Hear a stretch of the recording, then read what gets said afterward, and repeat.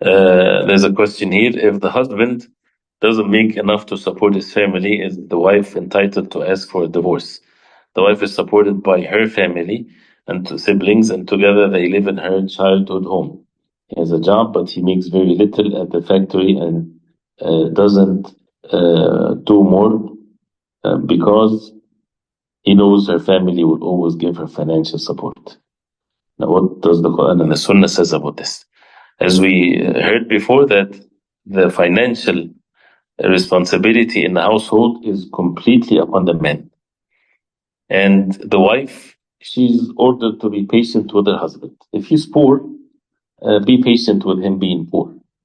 Right? And if he's working, as you said, there's a part here at the end, which is if it's true, if he's not doing his responsibilities depending on the family of his wife, this is a shameful thing and he shouldn't.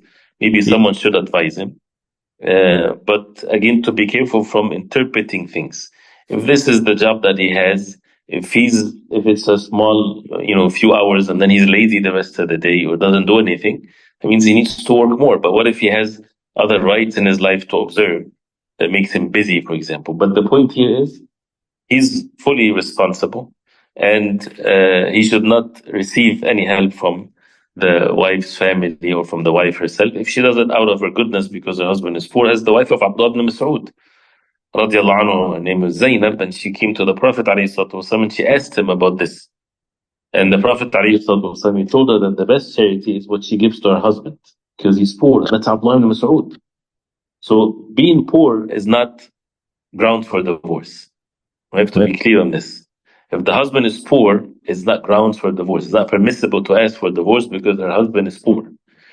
But if her husband is not supporting his wife financially, and he has the means to it and he's not, it is her right that she needs to have support. And what is the level of support? This is another thing.